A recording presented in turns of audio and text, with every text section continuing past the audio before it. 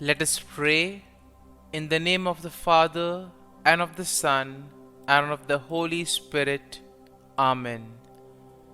O Jesus, through the Immaculate Heart of Mary, I offer you my prayers, works, joys, and sufferings on this day for all the intentions of your Sacred Heart, in union with the holy sacrifice of the Mass throughout the world, in reparation for my sins, for the intentions of all my relatives and friends, and in particular for the intentions of the Holy Father.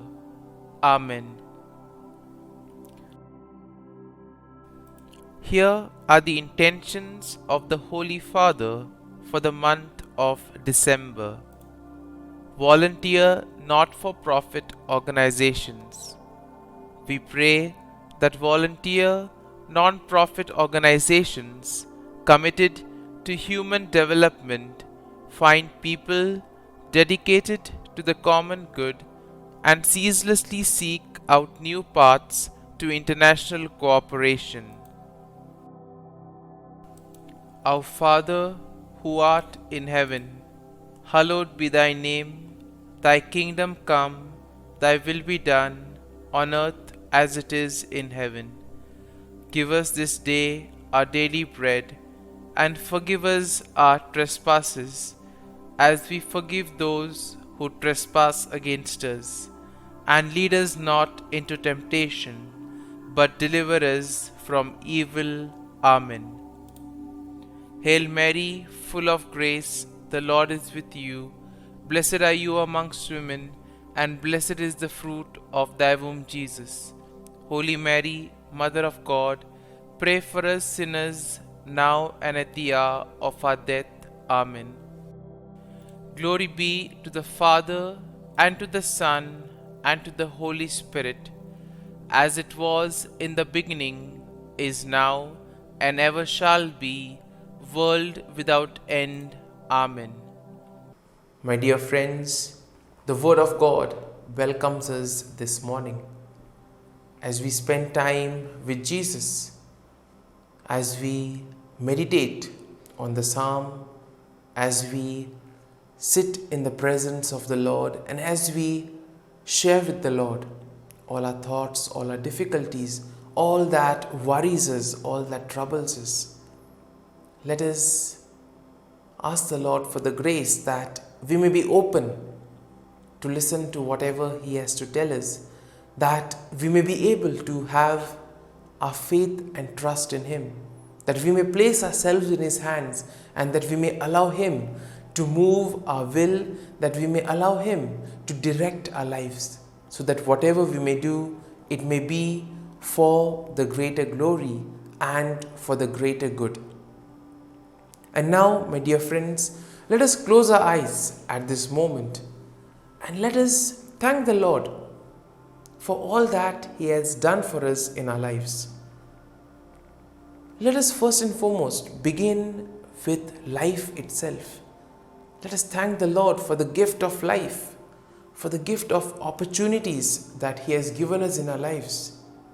Opportunities to make a difference in the lives of others, opportunities to make something good, opportunities to become better individuals.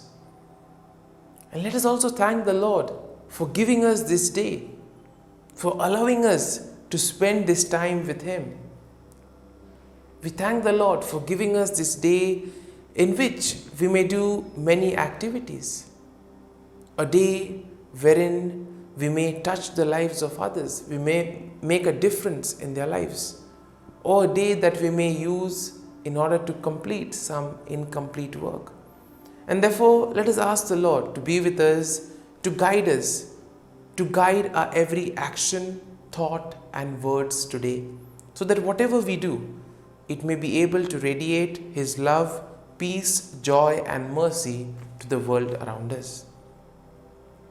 And now, let us praise the Lord for He has given us all the graces that we require in our lives. He has been there at every step of the way, guiding us, protecting us, shielding us from danger, protecting us from harm, preventing us from going on the wrong path. And therefore let us thank the Lord, let us praise the Lord, let us glorify the Lord for all that He has been doing for us. He has given us good health. He has protected us.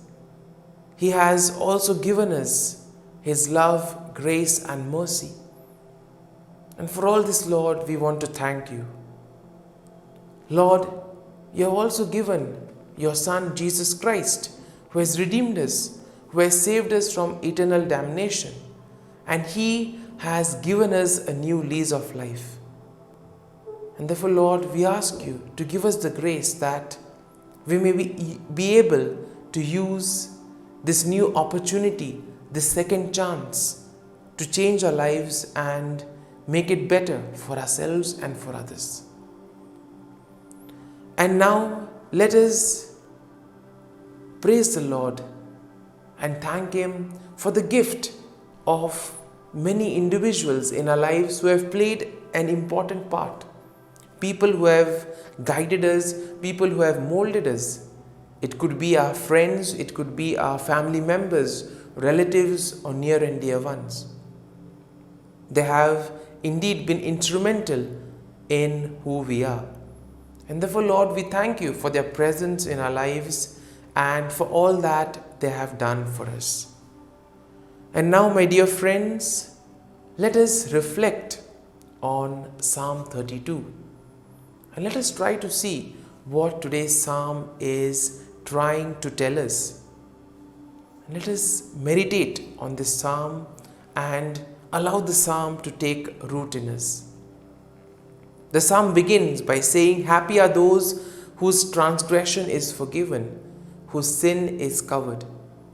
Happy are those to whom the Lord imputes no iniquity, and in whose spirit there is no deceit."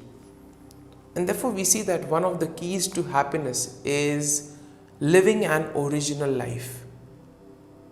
And therefore, when you look at children, we see that they are happy because there is no malice, there is no deceit, there is no evil intention in their hearts.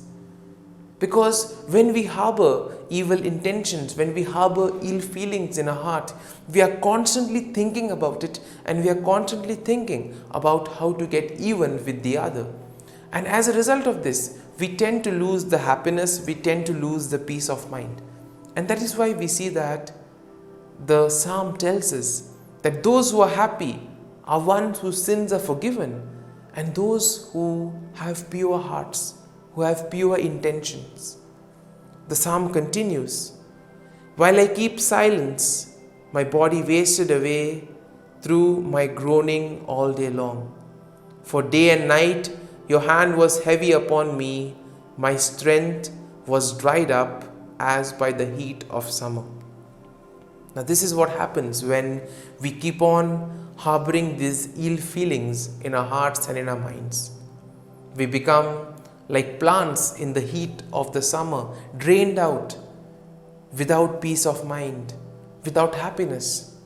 And as a result of it, we then also tend to become quite grouchy when it comes to others around us.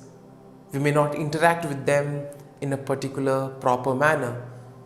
And therefore this in turn leads to a cycle, a vicious cycle, which then continues and continues.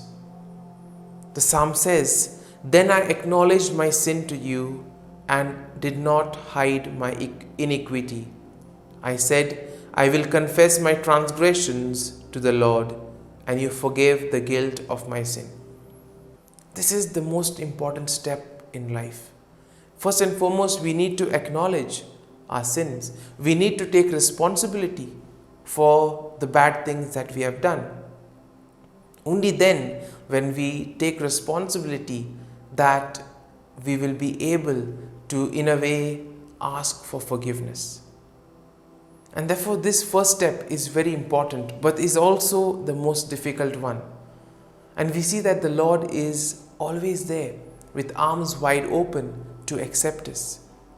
The psalm continues, "Therefore let all who are faithful offer prayer to you. At a time of distress, the rush of mighty waters shall not reach them. You are a hiding place for me. You preserve me from trouble. You surround me with glad cries of deliverance." And once again, we see that the Lord will never disappoint us. He will never abandon us. He's always there to guide us, to protect us. And from our own life experiences, we have experienced this, wherein the Lord has been there for us, has guided us and led us to safety. The psalm continues, "I will instruct you and teach you the way you should go. I will counsel you with my eye upon you. Do not be like a horse or a mule without understanding, whose temper must be curbed with bit and bridle, else it will not stay near you. Many are the torments of the wicked, but steadfast love surrounds those who trust in the Lord. Be glad in the Lord and rejoice, O righteousness, and shout for joy, all you upright in heart." And therefore the psalm concludes by telling us to be upright, to be pure in our intentions. And only then we will be able to appreciate the beauty of life, and we will also be able to appreciate those around us. All of us are unique. All of us are gifted with different abilities and talents. We need to recognize and respect one another for who they are. And therefore now let us spend a few moments in silence, reflecting on this psalm, allowing this psalm to take root in us. And as we spend these moments in silence, let us ask ourselves, are we ready to place ourselves in the hands of the Lord? Are we ready to allow the Lord to direct us? Are we ready to take responsibility for our actions? Are we ready to change and cooperate and collaborate with the Lord in His plan of building the kingdom of God?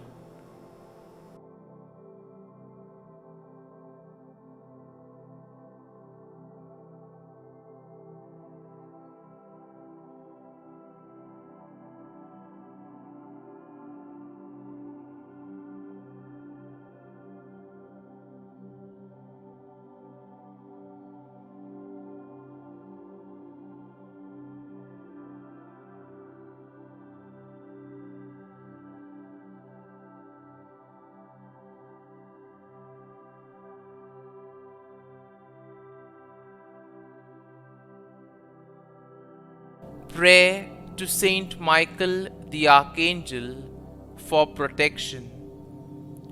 Saint Michael the Archangel, defend us in battle. Be our defense against the wickedness and snares of the devil. May God rebuke him, we humbly pray. And do thou, O Prince of the heavenly hosts, by the power of God, thrust into hell Satan and all the evil spirits who prowl about the world, seeking the ruin of souls. Amen.